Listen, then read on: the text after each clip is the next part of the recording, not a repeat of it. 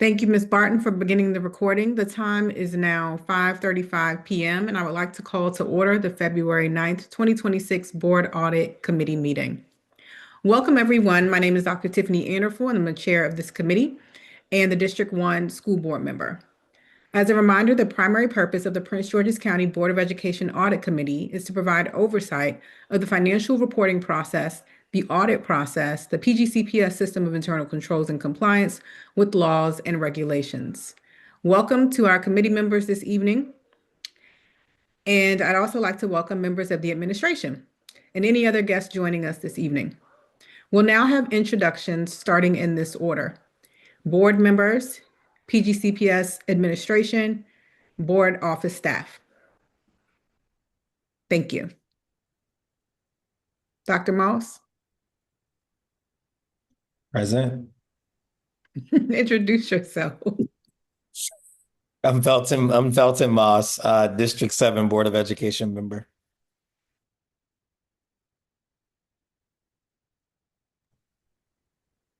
Good good evening, everyone. I'm Brandon Jackson. I'm board member District 6. Dr. Anderful, I'll be off camera until I get to my destination, if that's okay. No problem. And Dr. Coleman. Good evening, everyone. My name is Sharaska Coleman. I have the privilege of serving as the Chief Operating Officer for Prince George's County Public Schools. Good evening, everyone. My name is Kiba Baldwin. I am the Transportation and Central Garage Director. Thank you, everyone. Thank you for joining us this evening. Next, we will have the roll call of the Board Audit Committee members. Ms. Barton, can you please call the roll? Good evening, everyone. Dr. Anderful, Present. Ms. Boozer Struther, Mr. Jackson, Here. Dr. Moss. Present. We have quorum. Fantastic. Thank you. A quorum is present. We will now move forward with the adoption of the agenda. The question is to adopt the February 9, 2026 Board Audit Committee meeting agenda without objection. There being no objection to the February 9, 2026 Board Audit Committee meeting, the agenda has been adopted. We will now move on to the approval of meeting minutes. The question is to approve the January 12th, 2026 Board Audit Committee meeting minutes without objection. There being no objection, the January 12th, 2026 Board Audit Committee meeting minutes have been approved. This evening, we have no registered public comment speakers, live, pre-recorded, or written. And so we will move on to item 6.0, presentations. This evening, we are joined again by Mr. Kiba Baldwin, Director of Transportation, who will be providing an update on the transportation audit. So I will go ahead and turn it over to you, Mr. Baldwin. Thank you so much. Thank you, Dr. Anderful. I'm just going to share my screen here.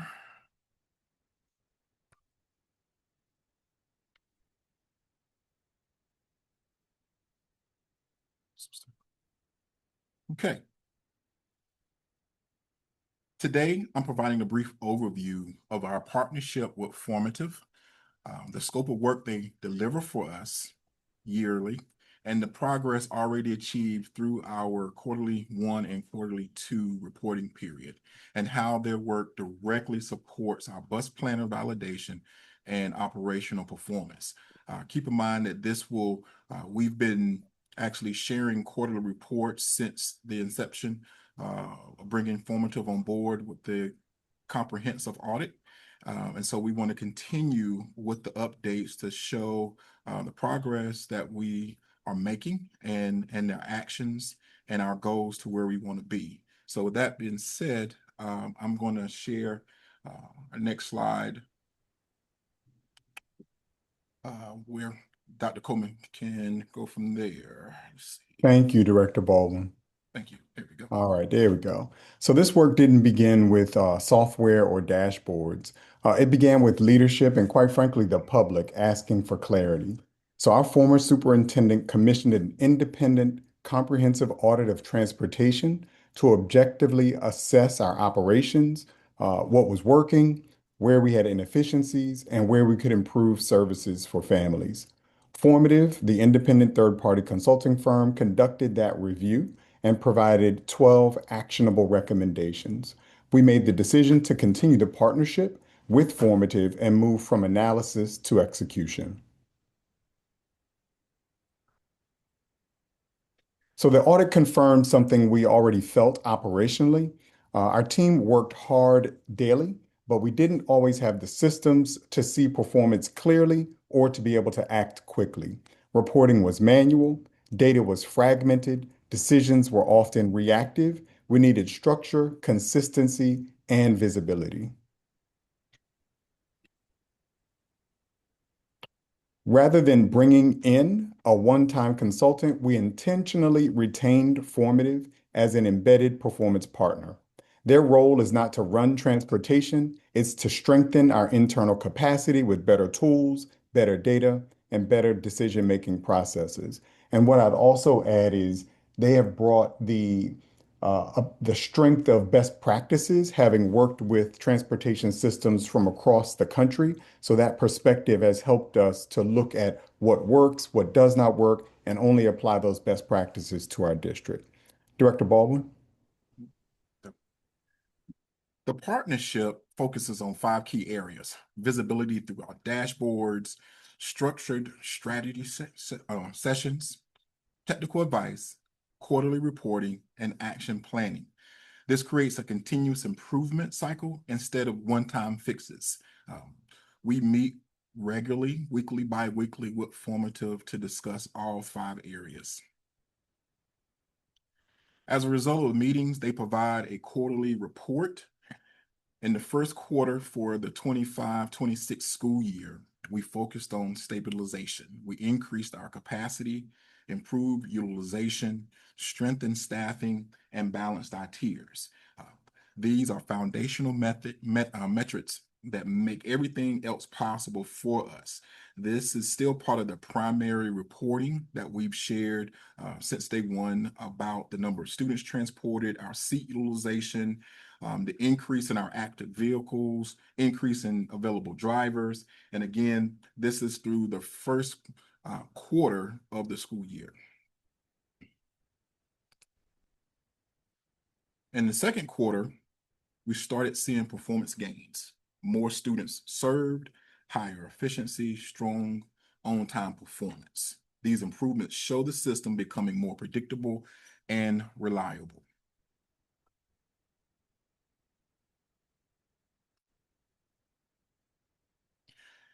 But while we're making this progress, we're not declaring victory.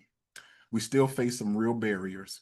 Driver availability continues to constrain coverage. Some routes remain too long, limiting pairing opportunities. The tier imbalance reduces efficiency. Our GPS data capture is improving, but not yet perfect. And like many districts, we're still balancing aging fleet pressures with increasing service expectations. These are exactly the challenges we're now targeting next. Bus Planner designs smaller routes. Formative validates whether those routes actually perform. By connecting the routing data directly into our dashboards, we can automatically measure the on-time performance, utilization, and staffing impacts. This gives us the real-time feedback loop instead of waiting months to discover our issues.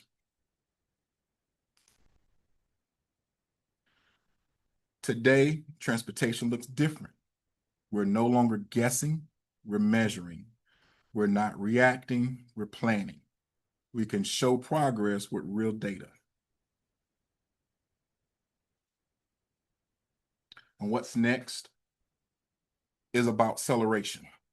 We're rolling out the bus planner fully, optimizing our stops, shortening long routes, improving GPS fidelity, and strengthening our driver pipeline. Each quarter, we'll set measurable goals, track progress. Our focus remains simple: better service, fewer inefficiencies, and stronger reliability for our parents and our students. And with that, I will open it up for any questions that you may have.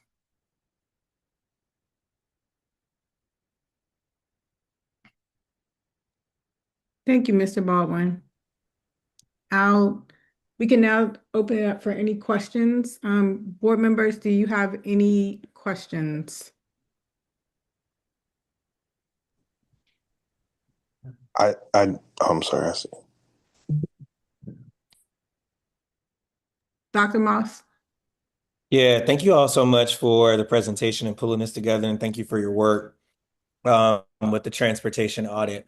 You all didn't talk much about this, but can you talk a little bit around how the pilot is going with the hub sites? I know that you all were piloting a couple of sites where we were trying to get parents to, use those hubs. We were also thinking about, potentially down the road, pairing those hubs with after school programs and whatnot to reduce some of our routes.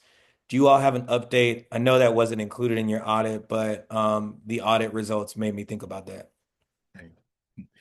So we did not move forward with the hub stops because we put a survey out, and the survey results did not yield the inclination for our parents to involve with hub stops. So we did not do anything with hub stops for this current school year. We still would like to at some point in time, but I think we have to build better capacity with our parents and how we're trying to use it more. Yeah, and what led us to try to do the hub stops? I think you're right. I started getting feedback from one of my schools early on, like, what is this? So I do think we have some education work to do around it. Mm-hmm. But could you just kind of share what would have happened if we had adopted the hub stops? What Right. kind of projections did we see in terms of reducing routes and efficiencies would we have gotten? Absolutely. Well, the target focus was some of our specialty schools with some of the larger boundaries.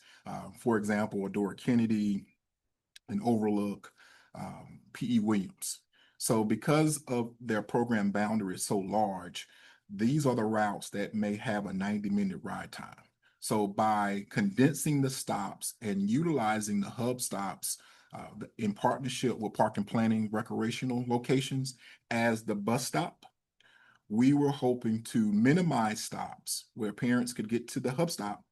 We would have buses there to pick children up that would then have a much shorter ride to the school because they have less stops. Currently, what this looks like, we may have 30 students assigned to a bus to one of our specialty schools, and it may be 30 stops. That's one stop per student.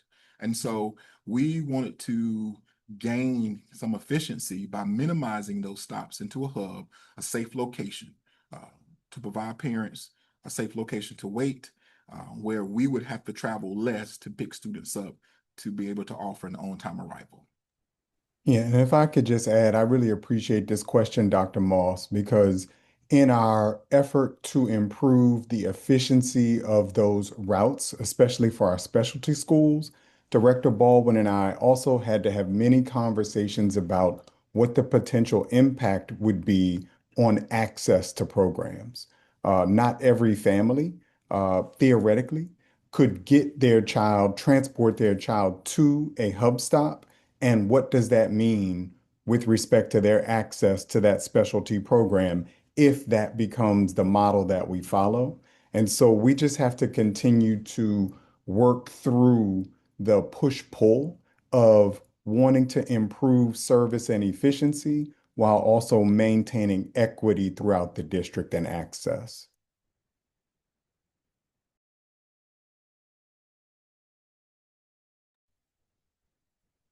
Thank you.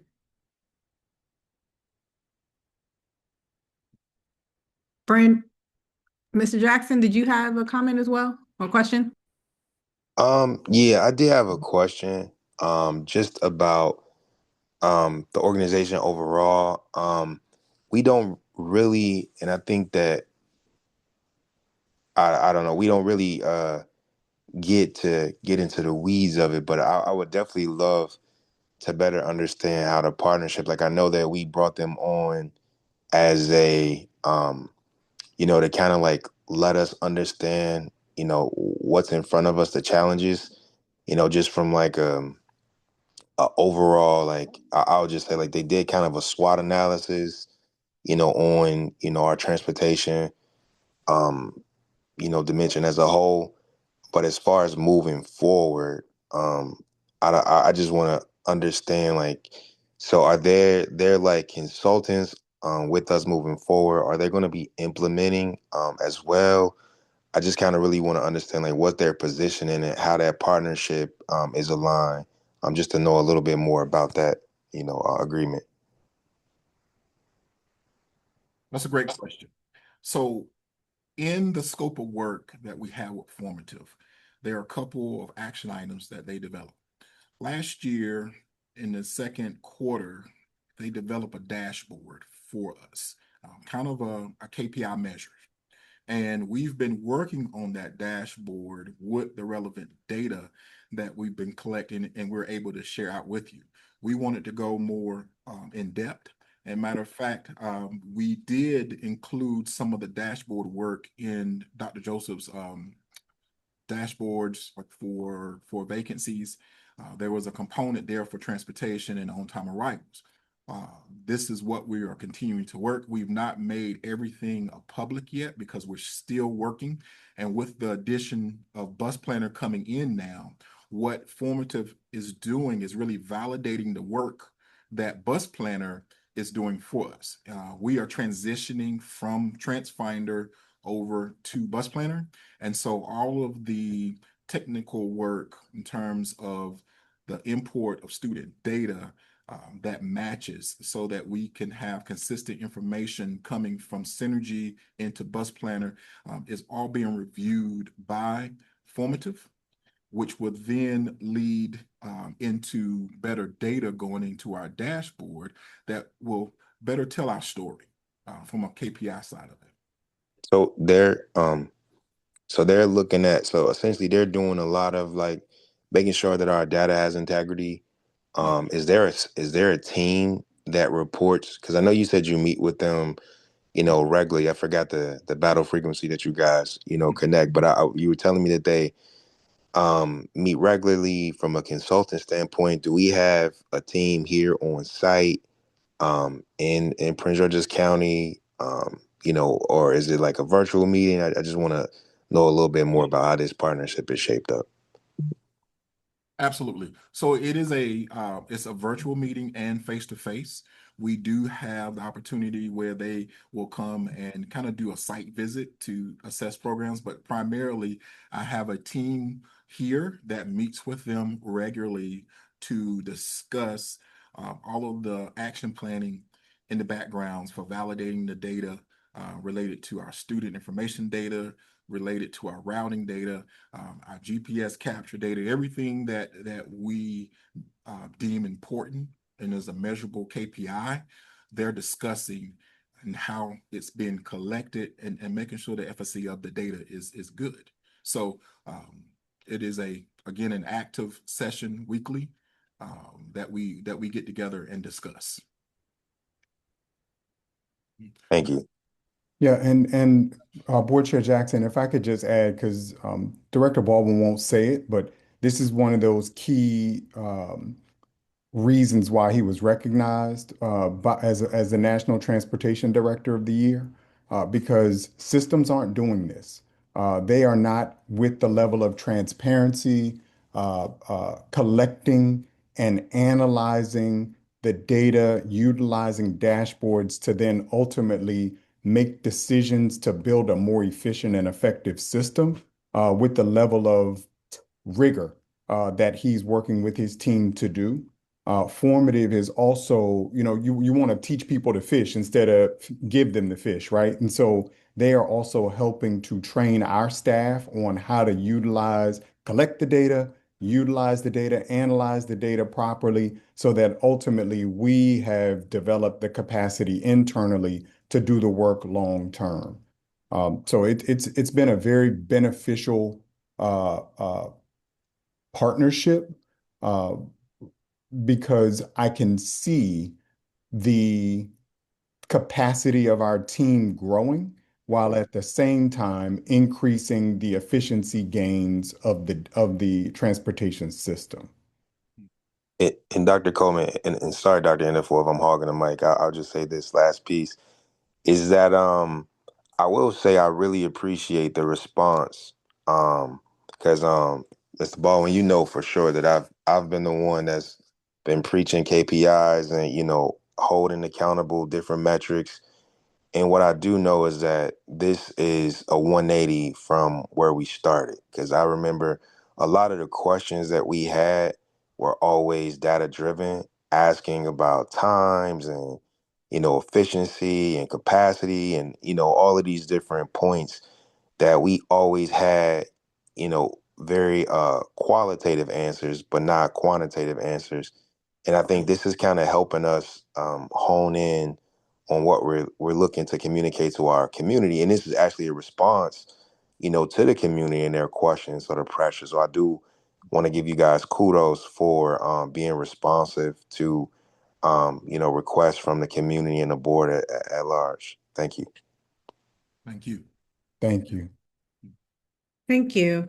I do have a few questions, if I may, but some of which have already been answered, but I think just general questions. So, and one, yes, thank you all so much for coming in and just broaching this topic. I know that we just, it feels like rather recently heard from you all at, a broader board meeting.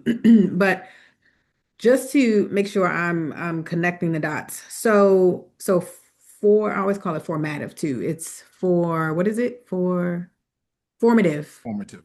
Formative. Okay. So formative. All right. So formative, you had the slide that showed kind of the components that make up formative's work. Mhm. With the first thing being, the creation of this dashboard. I believe quarterly reports were there as well. So can you tell us a little bit more about the quarterly reports? I know you mentioned that some of the data, I believe you said some of the data coming from those reports actually fed into Dr. Joseph's dashboard. At any point, do we see the quarterly reports, or do we see aspects of it? Can you speak a little bit to what's in those quarterly reports? Of those quarterly reports, what specifically are we seeing, and how are you all using that data on a quarterly basis? Awesome. So that's a great question. I'm happy to share. So when we have given the past presentations, say from last school year, we were all sharing the quarterly reports review.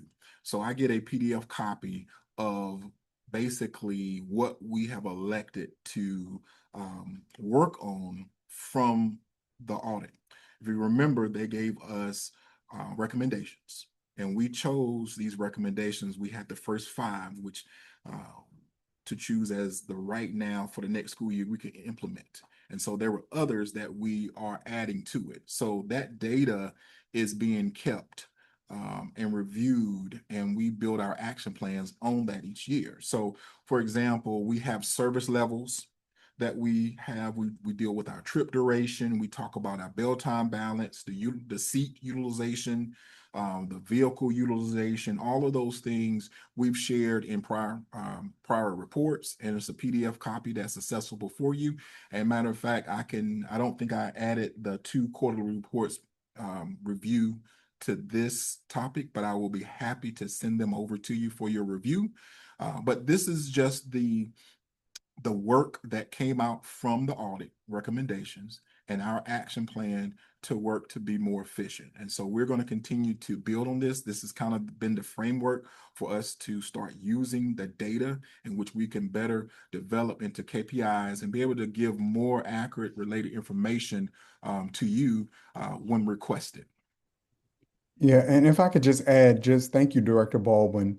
It's I don't think it would be hyperbole to say that a couple years ago we were dealing with a crisis of confidence, right? Where people didn't have confidence that we had enough capacity to improve our system. And so bringing in a third party independent group to essentially baseline our data of how we're doing in key metrics, and then to provide quarterly objective updates as we implemented our improvement plan was critical towards helping to build confidence that we actually are moving in the right direction.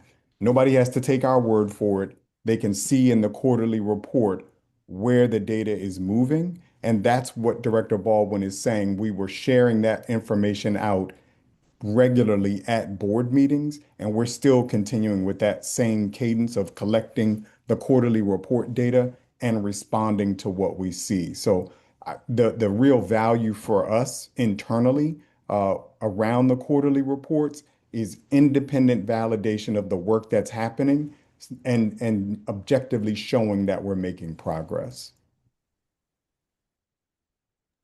Thank you. Okay, we'll go to round two. Dr. Moss. Yeah, no, thank you so much. I appreciate you clarifying what kind of got Director Baldwin's award.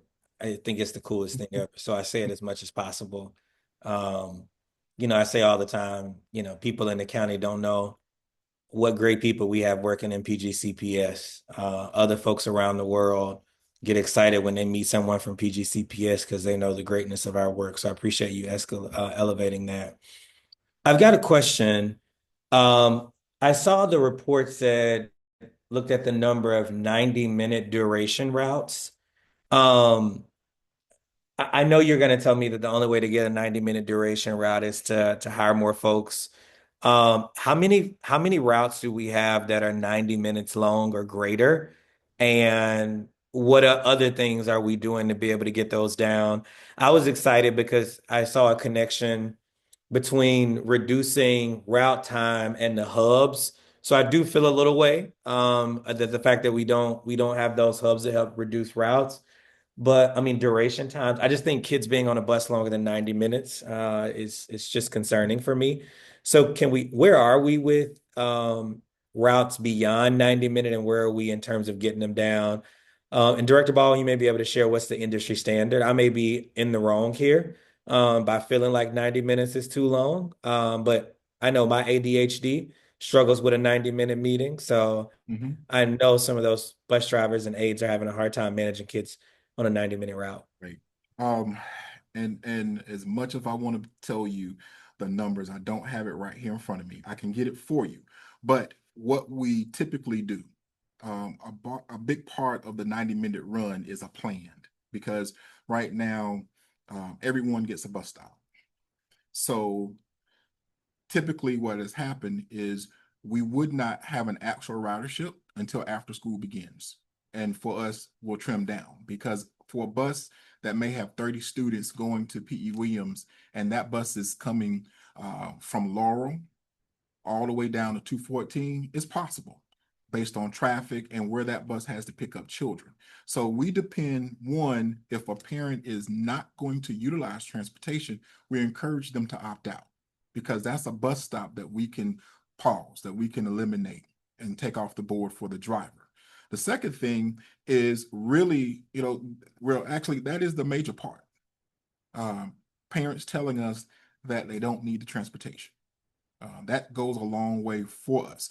They can always get it back if need be, but if you're not going to utilize it, we ask that you tell us so that we don't waste time going to a stop that we know a student is not going to be there.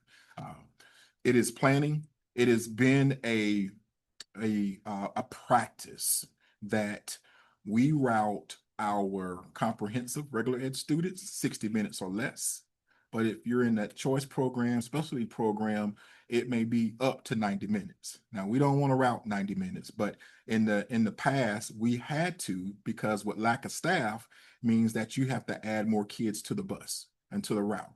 And so now that we are starting to balance out with the number of staffing, we have been able to go back and try to reduce those 90-minute runs as much as possible. We've been able to combine runs. For example, the Academy of Health Sciences, that's a countywide program. So we come as far as Accokeet to bring students to the community college. And so we want a more accurate ridership count in order for us to manage the reducing the 90-minute ride time. Just to And I go just ahead, Dr. wanted to, Go ahead, Dr. I'm sorry, I just wanted to add the number because it is significant when we talk about staffing. Director Baldwin several years ago was dealing with over 220 vacancies as far as bus drivers. As of this month, we are down to 65. And so we're making tremendous progress working with our human resources partners on closing the staffing gap, which will greatly enhance our ability to be more efficient as a transportation system.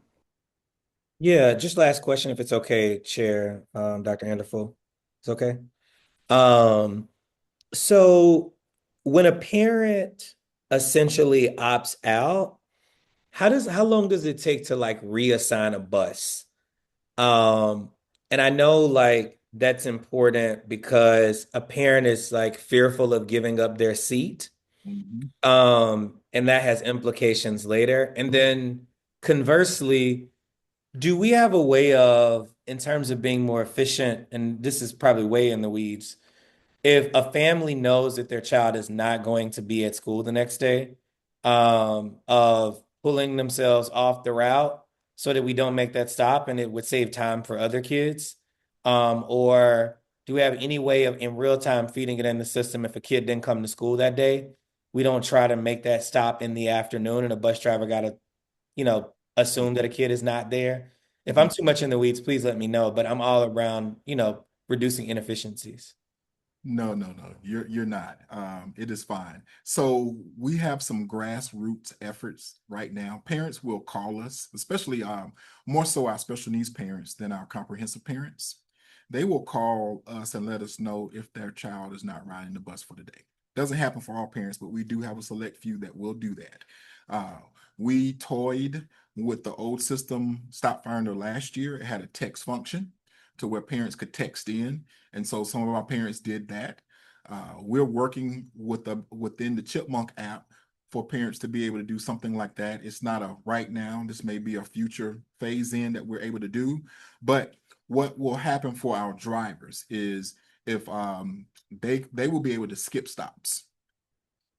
We're going to get them a tablet to use. And so if they know a student is not riding the bus from that standpoint, parents can tell them for the next morning, they're not going to ride. The driver will be able to use the tablet and skip a stop, and it will reroute them around that stop from better. So all of those things, sir, I would like to, but it's going to take a collaborative effort with our families to use the instruments that we are putting out for notification.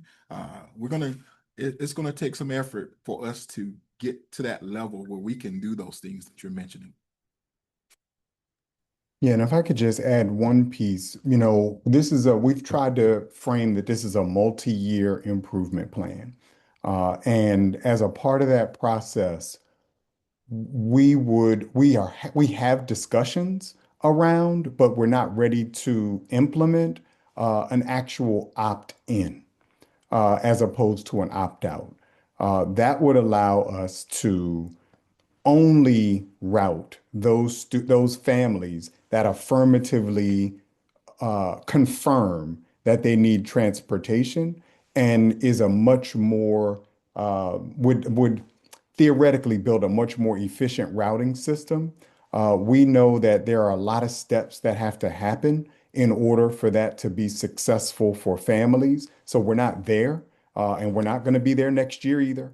But certainly it is a concept that Director Baldwin and I are continuing to discuss and look for the opportunity to shift to the opt-in to make the most efficient system possible.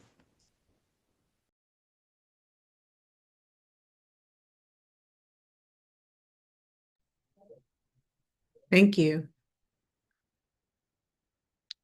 I do want to be mindful of time, um, as I know we have Ms. Thorpe's here.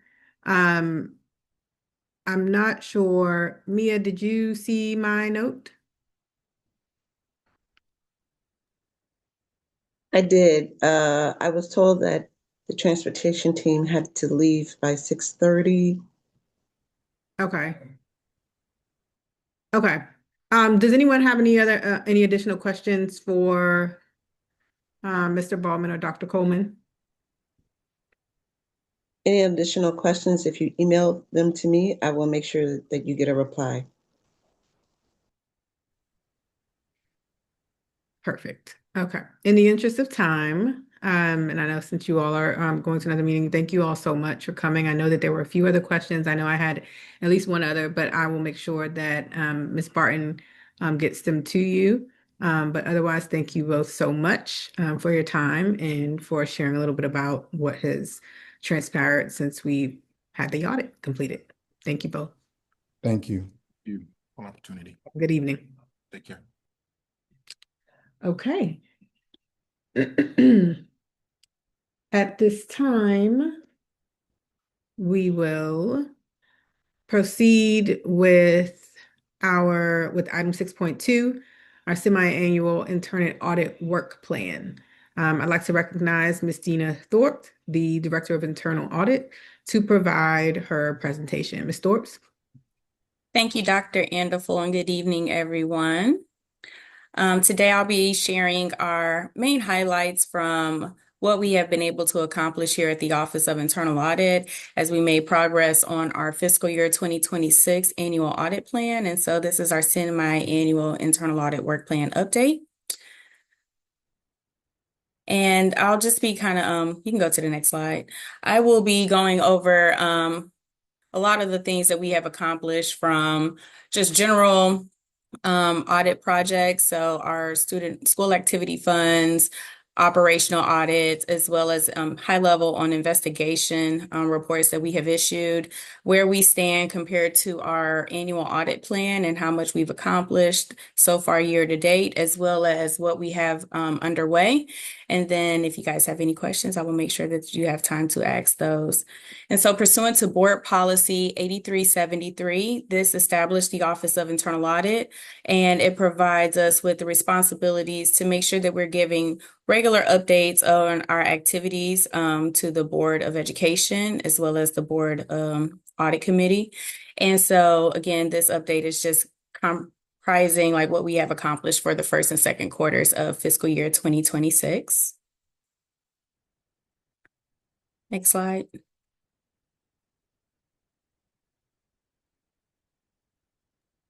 There's a delay. I hit it. I'm waiting. Okay. No worries. I think the next slide pretty much talks about our responsibilities as well as our mission. And so our mission with internal audit is to pretty much assist the Board of Education in their oversight of the Prince George's County Public Schools as a whole, and achieving their objectives as the Board of Education. And so we achieve this by making sure that we take a systematic and disciplined approach to evaluate and improve the effectiveness of the risk management items within the school system, any internal control, effectiveness, or deficiencies. We try to make sure that we address those issues, as well as just the overall governance process. And so our responsibility to achieve that mission reflects the fact that we have to do these audits. So we conduct audits in accordance with various standards that have been established by our governing bodies, such as the AICPA, as well as GAO, which is the Government Accountability Office, who has established the Yellow Book standards.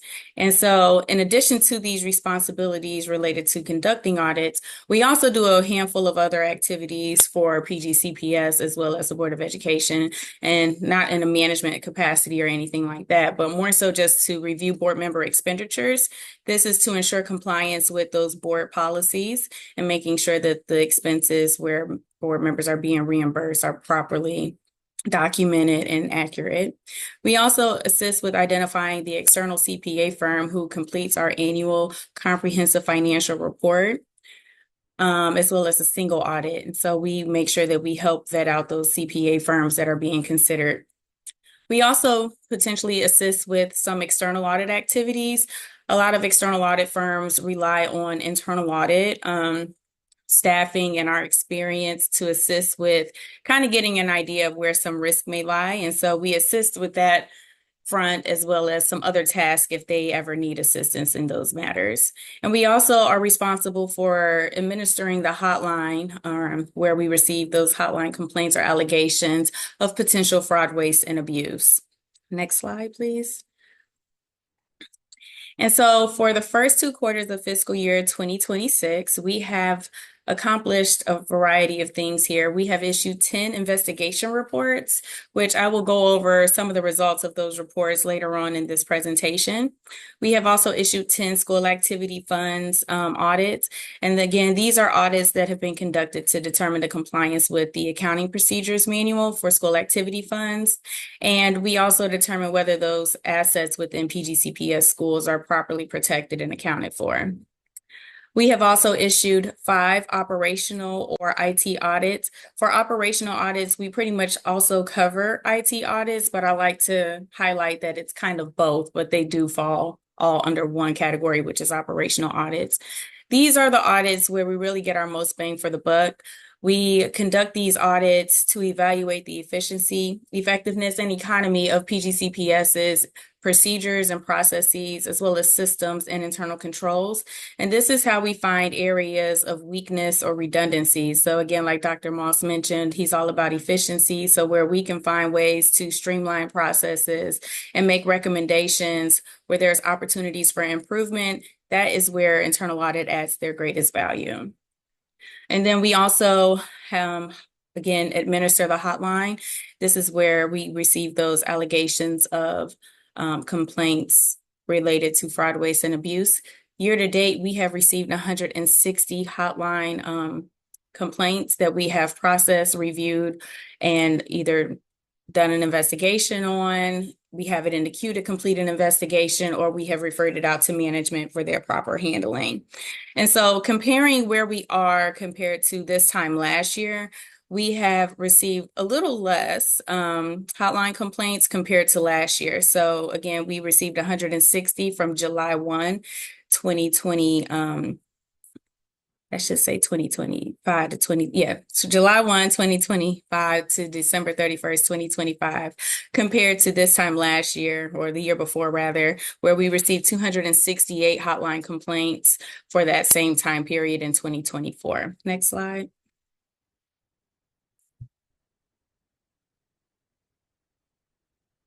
It doesn't like me.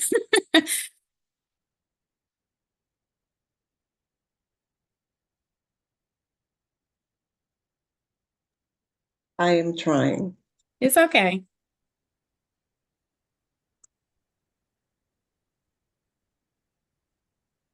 It's the next one. So this next slide is going to highlight where we are fiscal year to date compared to what we have planned for the fiscal year 2026. And so once that slide is back up, you'll be able to see like our annual audit plan for fiscal year 2026. I have notated on the rows where we have completed audits. So these are audit reports that have already been issued. Those are highlighted in green. And so compared to all of our operational audit activities, we have completed 20% of our planned operational audit activities, and we haven't currently 30% planned operational activities that are underway. And so we are gearing up to start procedures on the yellow highlighted items. So these are the audits that should be reported on within the next few months or so as we begin working on our planning, field work, and reporting on those audits. Next slide, please.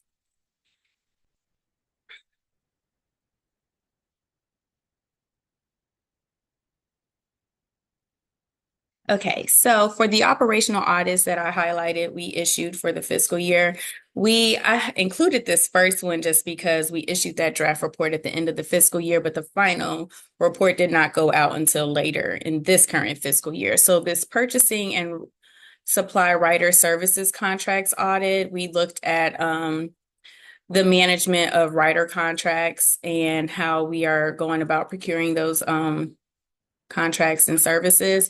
So that draft report was issued in the prior fiscal year, but we did not get to issue that final report until November 17th, 2025. Some of the reasons for these delays where you'll see like larger gaps, typically we ask for the auditee to provide their management response and action plans within 30 days of issuing these draft reports. And so sometimes there's some delays from the auditee with providing us their responses. And so that holds us up from being able to issue the final report. And so the purchasing and supply services writer contracts, that is one that kind of fell into that scenario where we didn't receive a response timely to get that final report issued. We also had the special education follow-up audit. This was started in fiscal year 2025. And so that report was issued earlier this year. And so we are actually in the process of preparing that final report to get it issued. With grade change validity audit, this is one that is mandated by the state. And so we were able to get this one accomplished pretty quickly since it's mandated by the state. And so we issued that report in September with the final report issued also in September 2025. And then one of our other audits that we launched last fiscal year was capital improvement program audit. And so we issued that report in October. Again, waiting on the action plan and responses from one of the teams that we had recommendations for is kind of holding us up from being able to issue that final report. We also had an IT audit, Zonar Technology Systems. We issued that report in December, and we are waiting on management's responses to the recommendations there so that we can also issue that final report. Next slide. And so for our ongoing and upcoming audits, the other grants audit, these are audits or these are grants that we reviewed that were not subject to the annual single audit procedures by the external CPA firm. And so we found that these were a risky area because they're not subject to audit procedures typically. And so we are wrapping up that draft report. We conducted our exit conference in January of this year, and we are just waiting to get the draft report issued in the next week or so. eDoctrina is another IT operational audit that we have launched and we are wrapping up currently. So we recently just got that exit conference scheduled for later this week. So that's one that we were still in the process at the end of the fiscal year. And then tuition reimbursement. This is a new audit that we are just now gearing up to get started for this current quarter. And we conducted that entrance conference on January 13th, 2026. Fleet management, this is pursuant to our annual audit plan for this year. And we initiated this audit so that we can review the internal controls around the management of our PGCPS's fleet management or program where vehicles are assigned to different departments or individuals. And so the team currently is in the beginning phase of planning, and we plan to get that audit announced by the end of this month of February.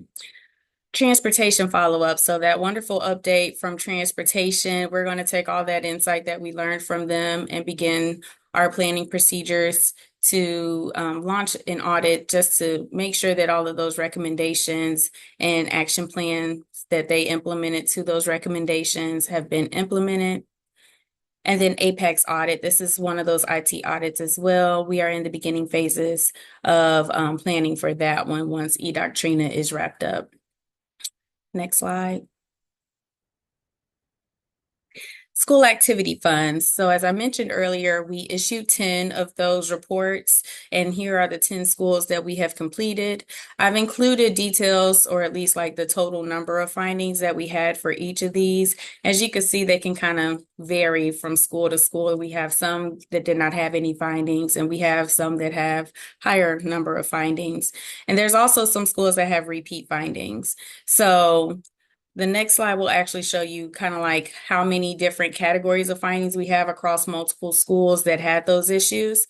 And just one other point that I want to add is that we have currently 16 school activity fund audits that are in the pipeline, either being under review and ready to get issued, or we are wrapping those audits up. So there will be a lot more reports coming out in the few upcoming weeks or months as we get through our management review on those engagements. And so this slide here shows our trends as it relates to the different findings that we're seeing across school activity funds. right now we're seeing kind of consistent issues related to the mismanagement of funds received, administration of fundraisers, donations, and mismanagement of disbursements. We also have delinquent monthly bank reconciliation and administration of fund transfers. And so some of the things that I know off the top of my head that we typically see with the administration of fundraisers, for instance, not completing that annual fundraising report and making sure that the grants office or the accounting office receives that report so that they're aware of the different fundraisers that have been conducted. Some of the mismanagement of funds received relate to not making sure that you're timely depositing things or not properly keeping records of what was received and things of that nature. Next slide.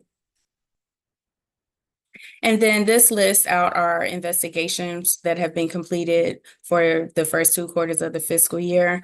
To maintain confidentiality with those, I didn't include where these exactly took place, but as board members, you guys also received these audit reports. And so I did want to highlight the different issues that we're seeing, as well as the determination of what we identified based on our investigative procedures. And so there are some that have been unsubstantiated. We have a handful that were substantiated, and then quite a few that were also partially substantiated. So for those partially substantiated, maybe there were 3 allegations included in one complaint, and only 1 or 2 of them were actually determined to be a substantiated claim. And so our hotline issues by the year are highlighted here. I tried to color code them to show you how things stack up against each other by the different categories year over year. So this is showing a 3-year trend from fiscal year 2024, fiscal year 2025, as well as what we have year to date for fiscal year 2026.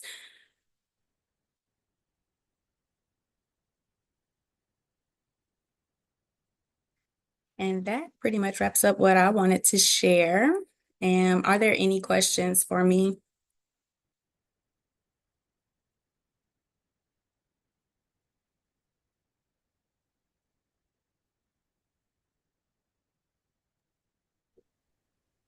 I had a quick question. Actually, do you mind just going back to the last slide? I wasn't really able to catch it. The hotline by complaints. Yes, if you can. It's the next to last one, Mia.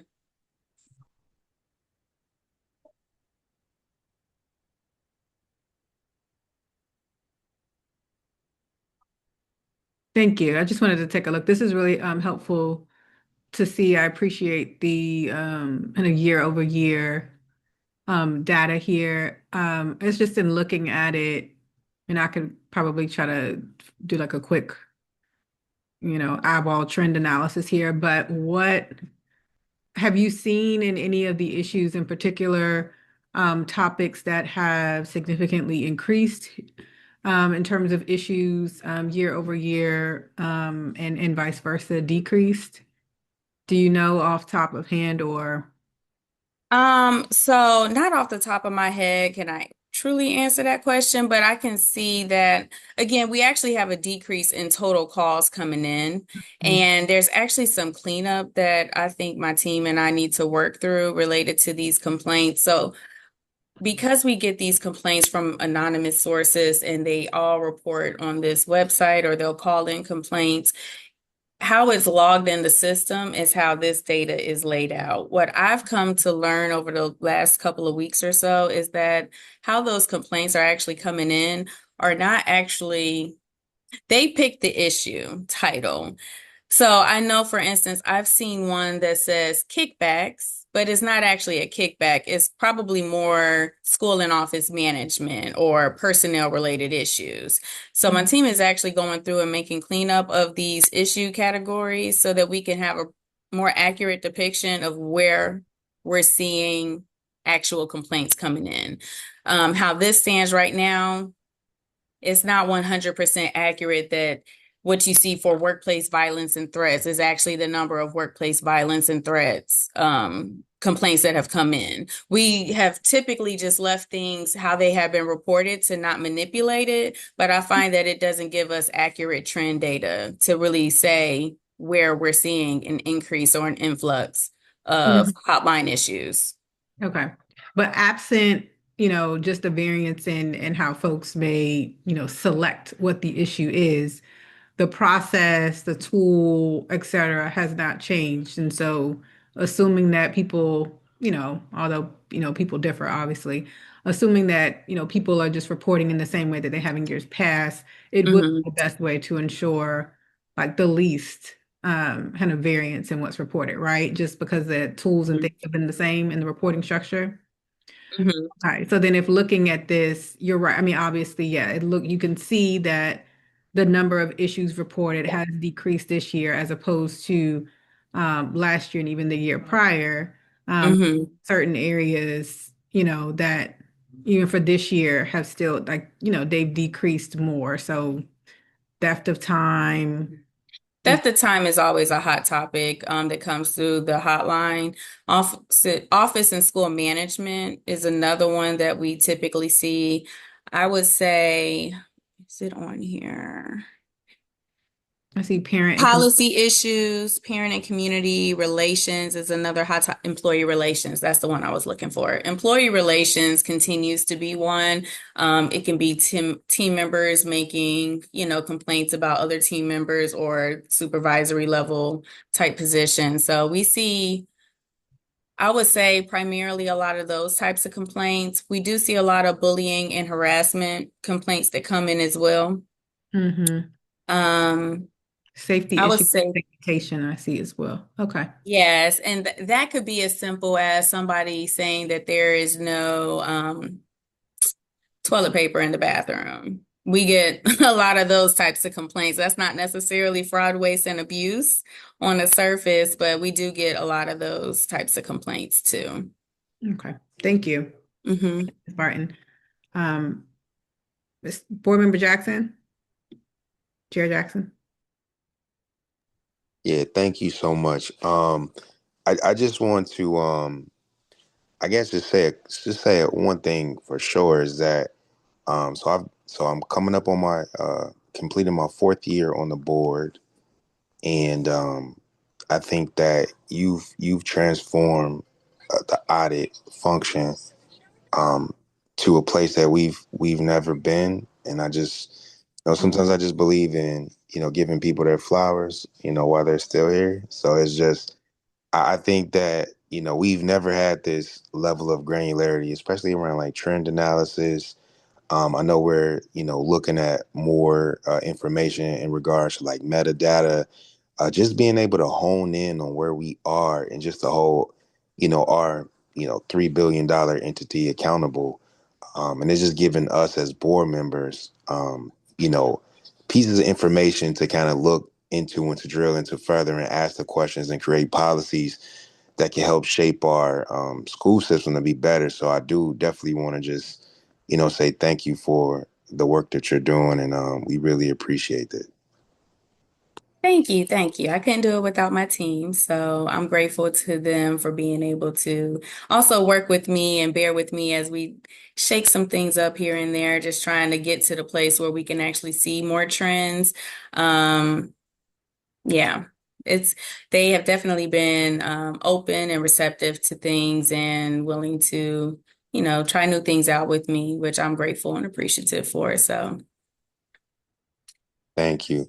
And then the last thing I do want to talk about is the I don't know if I want to just call it the miscategorization of just issues in general. And mhm, I just I don't know. So like when it comes, and you're the expert on this, like from like the audit perspective, but because a lot of the times the feedback I get from the community, like you said, kickbacks or like even people creating offices or people creating, state policies or just the idea or the narrative that's out there about PGCPS, a lot of it comes from the feedback we get, from audit.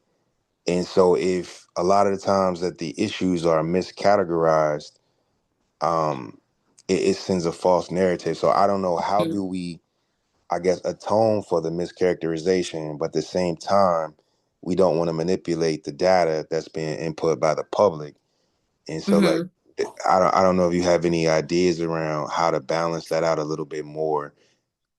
I have been thinking of different ways to do that. Like I know the internal audit website on PGCPS's website, I guess our webpage on the website, we have like FAQs. My goal is to, once I get to a calmer state, because I have like 16 SAF reports to review coming up soon. But once things kind of calm down, or at least delegating, once team members have been able to accomplish some of their assigned audit engagements and assignments, my goal is to actually come up with a well laid out description of what certain issues for the hotline should be.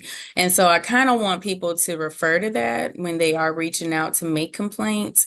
This way they can have a better understanding of what the actual issue is and not what they want it to be. I think to some degree, some people just pick what seems like it's going to be an attention grabbing issue category because they want their complaint. Everybody wants to be heard. And so I want to hear them too, but it would help if we understand where we're seeing actual issues. So I think education from a community standpoint to just help people understand like what those issues are versus like what you might think it could be would be key there. And so clean up on our side too is another thing. I have instructed my investigative auditor that we're going to work through this. So he's already kind of gone through and I won't say mapped out, recategorized where we needed them to be recategorized for fiscal year 2026. I don't think I'm going to touch fiscal year 2024 because if I'm looking at a 3-year analysis, 24 is going to be falling off here soon. So I'll focus on cleaning up fiscal year 25. We'll continue to make the updates in the current fiscal year and forward. So this way, once it's time to actually understand like where we're seeing higher trends or numbers for primary issues in the hotlines, I think that'll be a better depiction. To some degree, we could also send follow-up responses or like an update to the person that made the complaint to let them know like, hey, we are actually going to go ahead and select what your primary issue is after getting a better understanding of what your complaint is, because it's not really a kickback, maybe it's employee relations. So I think that's another way to kind of help educate the community in terms of how those issues should be defined or categorized when they're making complaints. Yeah, I think communication is key. And Mm-hmm. I know a lot of times internal audit, um, we don't really engage with the communication space with inside of PGCPS. But I think this will be a great opportunity as you develop FAQs. And also, I was even thinking about videos as people go on a site to report their issues. Like maybe there be a possibility of, different scenarios that can explain, several categories on exactly like what this looks like, just so Mm-hmm. people can have a better understanding of where to place, their concerns.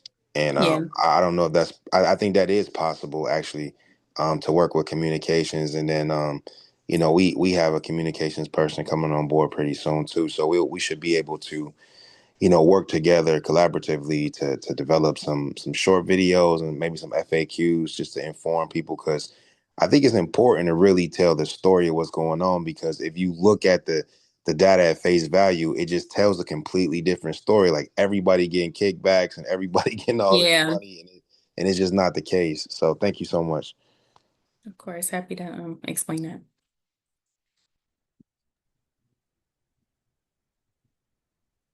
Thank you. Thank you so much, Ms. Thorpes. Truly appreciate you coming to present the internal audit work plan. Are there any additional questions from board members?